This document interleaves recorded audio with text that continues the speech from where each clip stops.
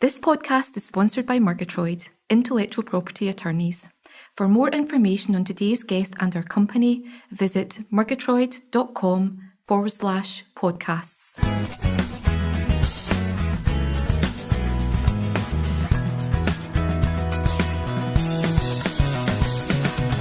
Welcome to the third season of Murgitroyd's Innovation Talks podcasts. We're delighted you've joined us. If you have any questions, please get in touch by email at innovation.talks@murgitroyd.com or via @Murgitroyd on Twitter. Don't forget to subscribe to make sure you don't miss any future episodes. So let's go straight into today's podcast. Hello, I'm Laurence Chini. I'm Marketing Manager at Murgitroyd. I'm delighted to be joined today by Kevin Toner. Hello, Kevin. Hi. Kevin, you're Head of Business Development at Murgitroyd, and we're here today to discuss the topic of taking first steps into the intellectual property world. Thanks for joining me. Thank you for asking. So most people know that the right IP advice is crucial to their business. How do you feel that the SMEs go about taking the first steps into intellectual property? Well, I think experience has taught me that a lot of SMEs get quite anxious about these first steps into this wonderful world of patents and design protection, copyright and trademarks and the like. And it's understandable because it plays such a crucial part in any company's innovations or their brand development or their new product strategy. There was some recent research that showed that there was a tendency for SMEs to go to their accountants initially for that first IP advice. And that's probably because they know it's going to require some level of investment. And they may wish to understand other things like government grants or R&D tax relief or maybe some advice on gaining some external funding. And once they've had that conversation with their accountants, they would then tend to go to their existing legal advisors. And our hope would be that legal companies would explain the need for speaking to qualified patent or trademark attorneys, particularly ones that specialise in their specific industry or sector. So, as I say, that move from accountants' advice from the financial perspective to legal advice from their lawyers and hopefully guiding them towards coming to an intellectual property firm. Really interesting, thank you. So I understand there are IP attorneys and IP solicitors and IP lawyers. Could you tell us a bit more about the difference? Yeah, it can be quite confusing, but I suppose in a nutshell, the difference between patent and trademark attorneys and IP solicitors is that patent and trademark attorneys will specialise in obtaining IP rights for clients, whereas IP solicitors or lawyers typically specialise more in the in-depth litigation or licensing issues related to those IP rights. Patent and trademark attorneys can also help provide some level of certainty that any new products or brands that they launch won't infringe on the rights of others.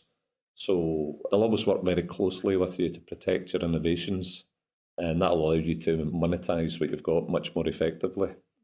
So just to explain that a lot of law firms will employ intellectual property solicitors, but patent and trademark attorneys will work for intellectual property firms. Oh, interesting. Thank you very much. Thank you. So what was your advice? Where would be a good place to start? Well, I think the best place to start would be to speak to a specialist IP firm, most of whom will give that initial advice for free. I know we certainly do in Murgitroyd. And those attorneys are experts in dealing with those early stage discussions. They'll guide you on the right path. They'll make sure it's relevant and give you a lot of clarity on what the processes are and, equally importantly, how much that would cost.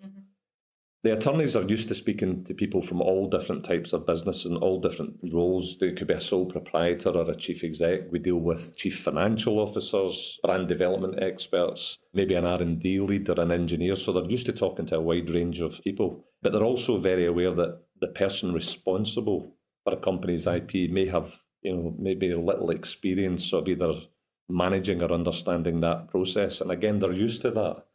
So they're really happy to help take those first steps with the people that are responsible for it. And I think that comes from our attorneys having a really broad range of scientific or industry backgrounds. They tend to be really, really good listeners, and they can analyse what you're talking about. And they're good communicating because they have to be, because they're working with you on your ideas and innovations. So they'll work closely with you to help develop your IP brief or your strategy, making sure it's cost effective, making sure you get a professional response. One thing they're very, very good at is they're very good at teasing out the most relevant information that you need to identify so that you get everything right in terms of your IP rights and making sure that the right sort of cover is in place. You'll get a robust plan, and at the end of the day, that'll add value to your business and also put your innovation ahead of the competition. Interesting. Thank you so much for that. And so maybe in conclusion, what would you think SMEs should do first? Well, the key thing for me is that you've got to get this good advice early. The earlier you get it, the better. Before you commit fully to a plan or a project, and particularly making sure you don't commit to any further financial investment, because you have to understand the potential for your innovation or your new product. And just as importantly, you've also got to understand the limitations that it may have. So I would say, Murgitroyd have got decades of experience of working with SMEs, and we tend to give advice in sort of plain language. And as I said earlier, we're very happy to take that initial inquiry for free. And also I would say that, people coming to us with their ideas, their innovations is really what gets us excited. It's what we enjoy doing. And it's the sort of first steps on what might just be one of the most exciting journeys of that client's life. So, seek that advice early would be my main advice. Sounds like sound advice. Thank you so much, Kevin. Lovely speaking with you. I'm sure we'll speak again soon. Thank you. Bye-bye. Bye. Thanks for your time today. We hope you found today's podcast valuable. And don't forget to subscribe to make sure you don't miss any of our future episodes. So until the next time, goodbye.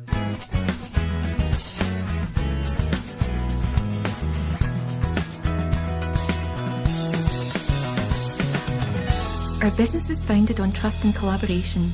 The subjects we choose for our podcasts are topical and informative. We are always looking for suggestions for new topics for discussion, so if there's an area of IP that you're keen to understand better, please drop us a line at innovation.talks@murgitroyd.com.